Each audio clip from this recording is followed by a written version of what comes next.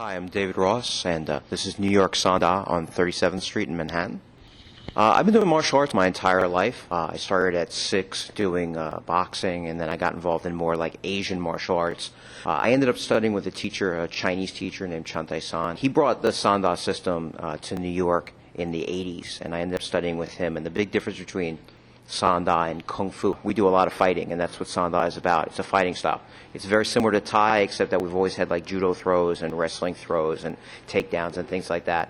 And because that was our base, it kind of led us into doing more like mixed martial arts kind of stuff. Sanda is basically a modern fighting form of traditional Chinese martial arts, or what people call Kung Fu. In the old days in Kung Fu, they'd stick you in a stance, and they'd teach you like some techniques standing still, and they'd expect you to like cultivate your chi for like 10 years. And in the army, you just couldn't do that. So in the Chinese army, they tried to figure out what was the best way to train people. The military, they wanted to be able to train a guy to fight for real, not to fight like in a Kung Fu movie. And so they figured out what worked and what didn't work. And what worked and didn't work was basically hitting somebody, kicking somebody, and throwing them down on the ground. People always ask me, like, well, what would you do for self-defense? I mean, here on an everyday in this gym, we punch each other, we elbow each other, we kick each other, we knee each other, we throw each other down on the ground, and we do Brazilian Jiu-Jitsu here, so we also choke each other, arm lock each other, and leg lock each other. And I tell people, in the street, somebody's either going to try to punch you in the head or grab you. That's a lot of self-defense. A lot of self-defense is, it looks pretty until somebody punches you in the head. Everybody has a plan until you get punched in the head. Here, we're going to punch you in the head a lot, and you're going to get used to it. When people first see Sanda, they think basically like somebody took Thai boxing and like added judo in it. For pros, it's just like pro Thai. You have elbows to the head, you have knees to the head, you have kicks, but then the big difference is the throws.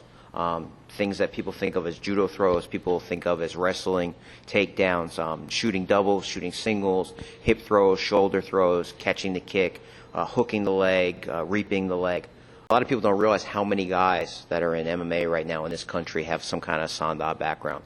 The two big gyms were here in New York, my gym and Kung Lee's gym. Kung has had a lot of students. He's had James Fanchier and Jose Palacios and a bunch of guys that have gone from his gym to do MMA, and of course his MMA career has been pretty good.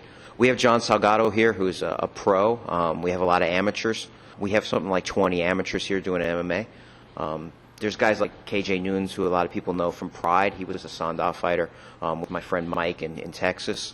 Lee King, who was also from Texas, is also a Sanda fighter. For us, it's not really a big transition because we always learned how to punch and kick and knee and elbow and do all that stuff standing up. So most of us, we just need to cross-train jiu-jitsu. Here we have a brown belt from Brazil who's our full-time instructor, Jamie Alexandrino, and we bring in guys from Team Checkmate in Sao Paulo. Who are black belts, 2 black belts that come in and oversee the program. They're not here full-time, but Jamie's here full-time, and the Checkmate guys are here like 2-3 times a week. So we do jiu-jitsu full-time pretty much, and we do Sanda as our stand-up, and then we do some wrestling also. We have a good wrestling coach from Ohio State University, from the same team that Mark Coleman and Kevin Randleman are from. Sanda's still kind of small. I think it's catching on because people are realizing that when you add in the wrestling and the judo throws, striking is different. Thai boxing is excellent, but what people are doing when they take Thai boxing and they want to put it in the cage for MMA, they've got to add in that grappling element, whereas in Sanda, we've always been throwing each other. So we have a lot of tricks that we've already known for a long time. And we find a lot of MMA guys are starting to do Sanda matches because they want to test their stand-up with the grappling involved in it, as opposed to just doing a pure Thai match where you're not really getting a chance to mix your kicks, your punches, your knees, and your throws. David has mixed thoughts on the legalization of mixed martial arts in New York State. Let's hear his reasons why. New Jersey does a wonderful job. We go into New Jersey all the time to fight both pro and amateur.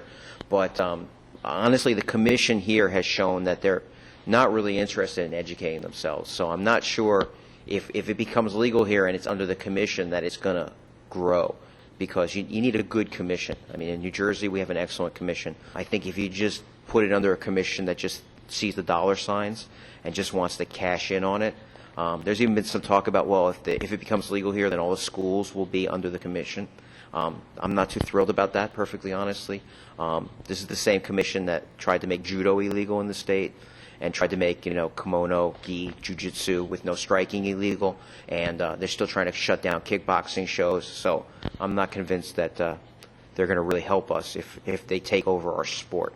I started off first running the school for my teacher. Chandai-san had a school in Chinatown in the early mid-'80s, and I started teaching for him. We kind of took over the program as he got older. We were always sort of a fighting school. We did Sanda, which was our style. We did kickboxing. We did boxing. We did what was around. Of course, obviously, there wasn't MMA before. When MMA first showed up, we looked at it. We thought it was really cool, but we also realized that we need some more cross-training to do it. Like I said, we do Brazilian Jiu-Jitsu here. That's our cross-training. We do a little bit of wrestling as our cross-training. And then since 2006, especially with the amateur program in New Jersey, we've been doing a lot of MMA. And we've been pretty successful with it because we keep our minds open and we cross-train. But for me, it was sort of a natural evolution. I do a style where, like, you punch people, elbow people, knee people, kick people, and throw people. So I just had to figure out, well, what the hell do you do after you throw them on the ground? I tell people it's not what you train, it's how you train. I've been in this business a very long time. I remember a time when everybody was like, well, it's jiu-jitsu, it's all jiu-jitsu, you're going to learn jiu-jitsu and striking is going to die. And then, of course, the wrestlers came in, and then the kickboxers came in. MMA keeps evolving, but I think what it demonstrates is that if you train realistically, if you train alive, if you train with resistance, if you really test this stuff in the gym and, go hard, you can take whatever the base is that your style is, and you can make it real. A jiu-jitsu guy, of course, he rolls every day. He knows his arm bar is going to work because he's pulled it off 1,000 times on the mat. A boxer, he boxes every day. He knows how to land that jab cross hook combination. Kickboxer knows how to land his kick. He knows how to set it up. Machida took karate, and he knows how to make it real. And he cross-trained. That's the real secret. Also, is that you don't just live in your little box. MMA is about opening your eyes and looking around. I was lucky my teacher told me from day one, look around. I mean, even though he was Chinese and from China and did Chinese martial arts, he did Western boxing when he was in China, and he did Japanese judo. So we were never told, just do your thing. We always said, we were always taught, expand. Sanda isn't as popular as Thai boxing, so we compete in a lot of Thai boxing also. So if you join our gym, a lot of our classes are Sanda kickboxing. You're going to learn how to punch somebody, how to elbow somebody, how to knee somebody, how to do that clinching standing up, how to do the throws and the takedowns. We have some wrestling classes if you're interested in doing that. We have a full-time Brazilian Jiu-Jitsu program. Jamie Alexandrino is from Brazil.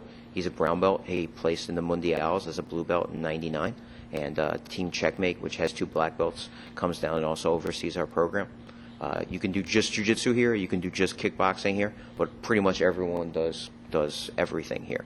That seems to be the feel here. People really want to be mixed martial artists. They really want to be well-rounded. So you'll see guys that they'll come in one day, they'll do a jiu-jitsu class, they'll come in another day, they'll do a Sanda class. And when we have wrestling practices, the mat is pretty full. Some gyms are really like fighter factories. We have people here that are like, grandmothers, housewives, businessmen, IT guys. Not everybody here is a fighter. We have a lot of fighters. We have like 25, 26 fighters, and that's great. But you can also train with the fighters, learn the real technique, get into good shape, learn how to defend yourself. It's a very well-rounded program also. Some gyms are very notorious, very well known for their stand-up. Some gyms obviously are really, really known for their jiu-jitsu. I think that everything we do here is pretty strong, and again, we're very friendly for everybody. If you want to fight here, that's great. We'll help you do that. If you just want to come and break a sweat and learn how to hit some pads, you can do that here also. I'm David Ross. This is New York Sanda. You can find us on the web at www.nysanda.com. And also here we have what we call a smoker event, which is basically open sparring. Just come in, spar for a couple of rounds. It's not a match. We're not going to beat you up. There aren't judges that are going to give you a loss or a win. But it's kickboxing, and it's good for people to get some experience. This video is sponsored by Hoodlum Fight Gear. Check out their gear and apparel at hoodlumfightgear.com.